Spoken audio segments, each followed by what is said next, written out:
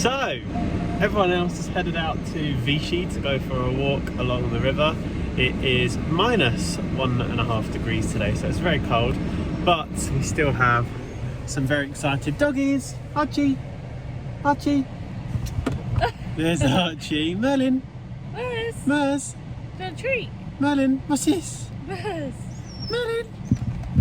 Merlin. Mers. Mers doesn't really like the car, so he's going to hide in the back.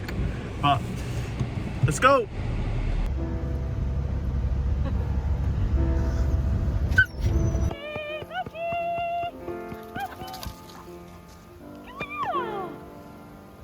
Nah, you're alright.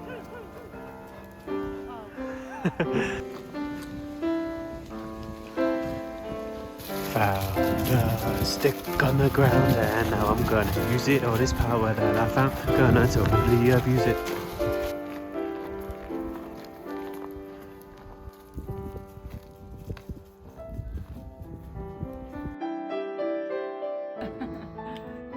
Okay, so we've taken delivery from Rachel, who's brought it over from the UK, of bedroom 4 wallpaper. So I'm going to open it up, going to take a quick look, and then we're going to go get some paints to match so we can start painting in bedroom 4. Here we go. This is where it takes me 10 minutes to open that box. Oh, that was easy. Oh, oh. Can I? Oh no, maybe I shouldn't. Can you see it? So it's got like a textured background and then textured leafing patterns, and it's nice and gold. Yeah, I love it. I think that's really good. Good choice, Danielle. So what did you just ask, Danielle? So I just had to ask in French if they could colour match the wallpaper. And how did you do that in French? Pouvez-vous couleur assorter? Is that right? For what colours? No, it's not right. For what colours? For blanc et d'or. And did he understand? No. No, he did actually.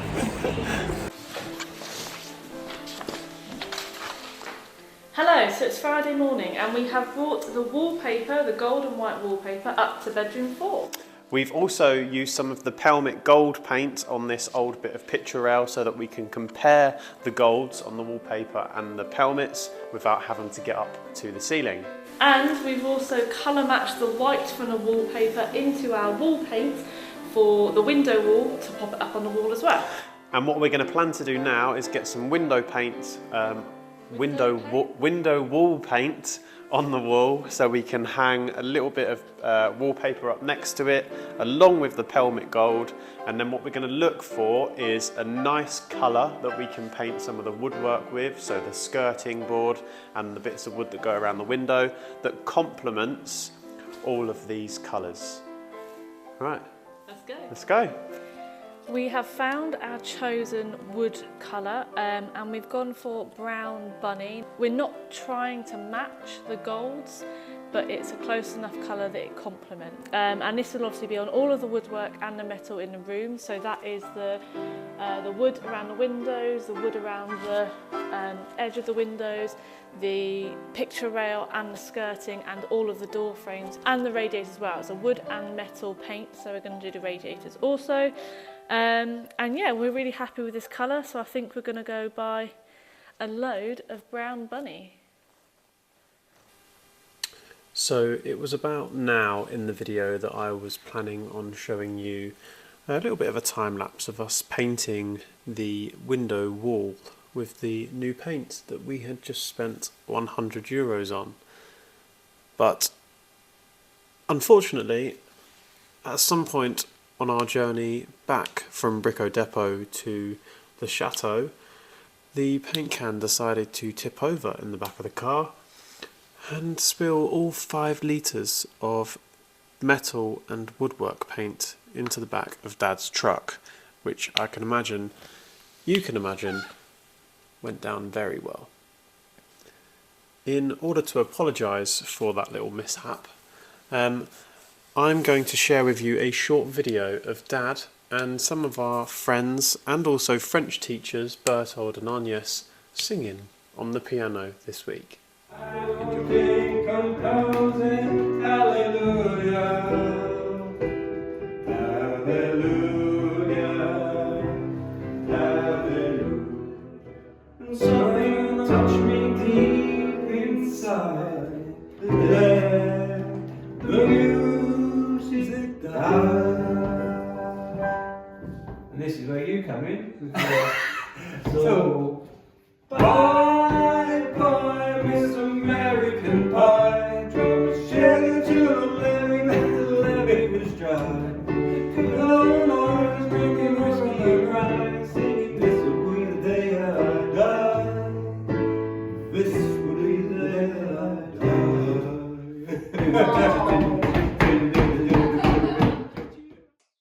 Hello, lovely people. Welcome back to the Gite. Taken a few days off to be with Rachel, her brother, and her dad. So not much to show you this week in terms of what I've been doing, because what I have been doing you've all seen before, and it would just be dull for you. So just wanted to give you a quick update so you can stay in touch with where we are with the Gite. So as you can see in this room behind me, most of the filling and taping is now done on the plasterboards in bedroom 1. Bedroom 2, and in the kitchen and lounge area. So that's gone really well. This just needs a final sand now with a giraffe sander, and then we're ready for the guys to start coming miscoating this and putting some first paint on the wall. So that's exciting and a step forward. So that's where we're on. Not much else to report at this time. Probably got the rest of today and tomorrow in the Gite before the video needs to go out, so there may be some stuff after I've recorded this for you to see. Now, one thing I did want to ask you though before I go is, how much do you think a roof costs? The answer? Nothing. It's on the house. So I'm in the bathroom area of the Gite here, and this was a window that I'd originally cut out when I put the insulated plasterboard on the walls, but then it was pointed out to me by Jake and Danielle that this is a shower area, so the window needed to be blocked up. Now I didn't want to brick it in because we're not allowed to change the aspect of the outside of the building, so what I've decided to do was cut a piece of plasterboard to cover the window, fill it with insulation foam, and then use the original insulated plasterboard I cut to fill back in the hole. As you can see, that's nicely filled in now, and I've used some adhesive just to stick that in place.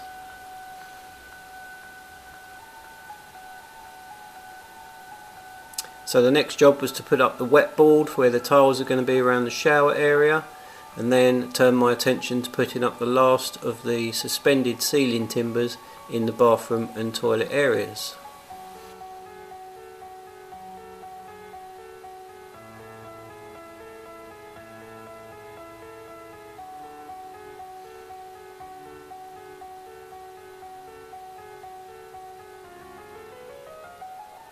Now you can see those timbers are now up, and that completes the bathroom suspended ceiling area. And as you can see from this panning shot, that bedroom 2 has now had its insulation added between the suspended ceiling as well. So the last piece of ceiling timber has just gone in this toilet area, and that is the suspended ceiling complete. That was quite a task. Not sure if it would have been easier if I'd used the metal track stuff, but really happy with the result, so I guess that's what matters at the moment. So now just the task of plasterboarding to go. So I'm trying to make new here with the voiceovers instead of giving you a brief on what I'm doing before we do a job. But basically what I'm doing here is I'm taking out this spare panel to reach the room above that cupboard so that we can look at hiding a water tank in there for the new ensuite in bedroom 4. As most people who own or live in a chateau have probably experienced, when opening up a new space that you've never been in before, there's always that little bit of excitement in you that you're going to find something worthwhile, some sort of treasure. And that is very much not the case with this hole either. It is just really old wallpaper with a bit of wiring coming through it. So yeah, as with most of the holes that we find in the chateau, there is nothing here. So just while I was up here measuring for the space, I thought it was really important that when you find a space in a chateau that is not going to be seen by guests and maybe not even found for a few more years afterwards, it's really nice to leave your signature and leave a piece of you behind in the chateau. So I've signed the inside of the cupboard.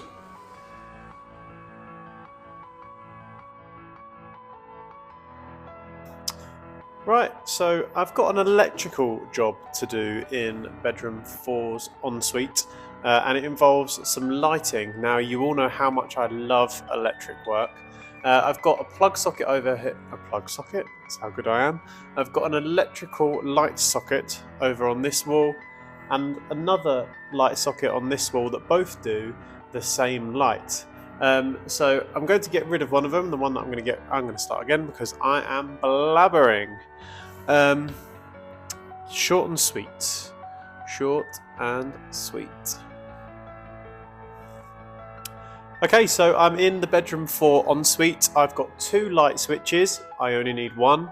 So I'm going to cover this one up, but I'm also going to take a couple of spurs from this. One for the mirror that will go above the sink on this wall here, and one spur that will then go into the dressing gown alcove to light up the LEDs. This one will stay, this one will then do the chandelier that is in the ensuite. Fingers crossed that I get on and get that job done. Let's go. Yes, I'm in a bath.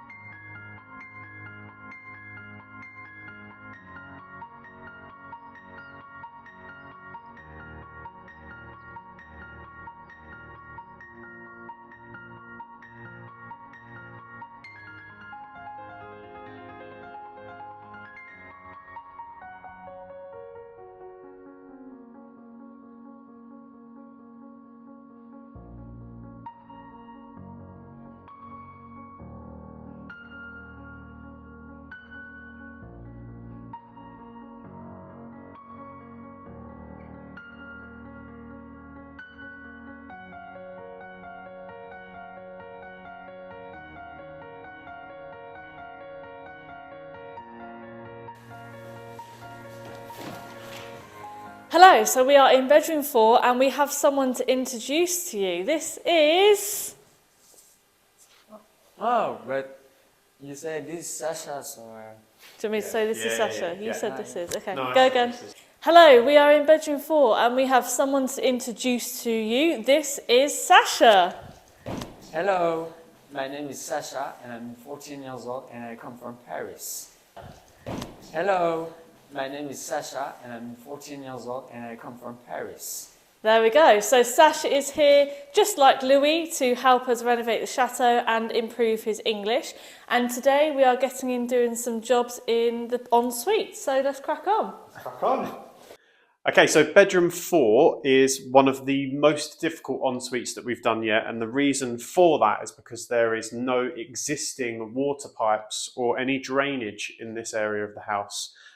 So what we're going to have to do is we're going to have to install them. Now, as we said before, this is where the shower is going, so there will be a waste pipe coming from this area here from the shower, and that will be going straight out the wall towards where you are there. There will also be a toilet in this area, so that will need the 100mm waste pipe to join into that to be able to go out the window. And we're also going to have over here the sink. So a waste pipe will have to be coming from the sink. We'll have to find a way of getting that through the beams and joining up to that same waste pipe before it then goes outside. So lots of work to do, lots of floorboards to take up, but yeah, let's get going.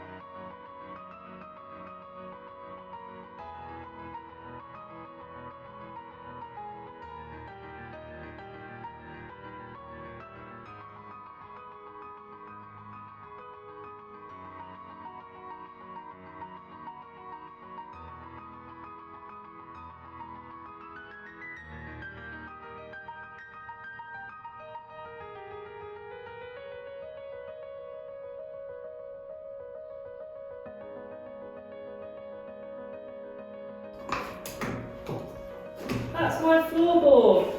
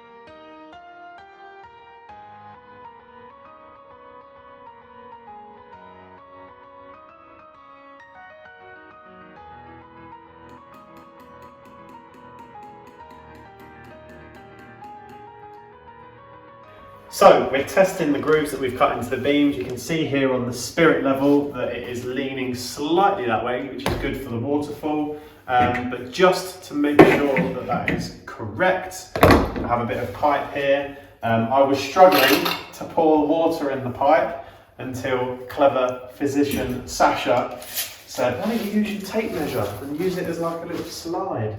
So I've put my tape measure inside. I'm going to pour some water onto the tape measure that goes down and inside, and then it should come out the other end. At the moment I'm making a mess, but what I'm trying to achieve is to take a spur from this socket, which we're now out in the hallway outside bedroom 4, take a spur through the wall, and it will come out behind the bed. So that means we can then run above surface without having to chase out the walls, in some trunking, some more cables that will then go to some plug sockets behind the bed, which will mean our guests can have multiple things charging next to the bed.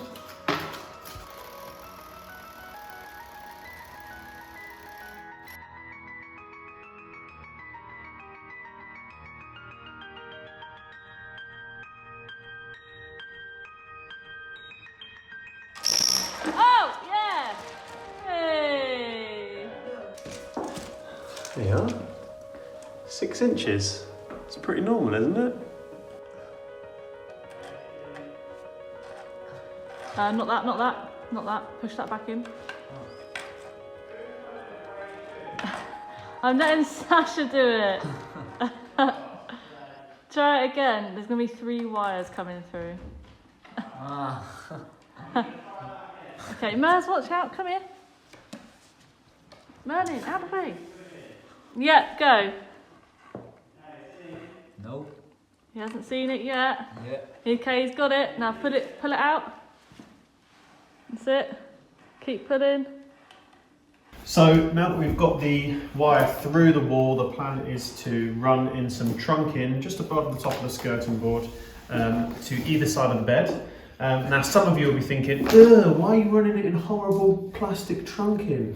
And the reason for that is because there are already some wires travelling behind this wall, and because whoever did the electrics in here years ago didn't really care about anyone doing it in the future, they've done it in big squiggly lines and not in straight horizontals and verticals how you would do normally. So we have no idea where those wires are, and therefore we don't want to chase through the walls and risk cutting through those wires. So instead we're going to run it above ground, above the surface even, in this white trunking that will be behind the bed and behind the bedside tables anyway. And not only that, but we will paint them the same colour as the skirting so that they match in. So yeah, just got a bit of electrics to do, and I'm sure Danielle is going to video you from that angle, video me from that angle. And we've got Sacha, our second cameraman this afternoon, videoing from maybe some close-up shots as well. So yeah, hope you're entertained.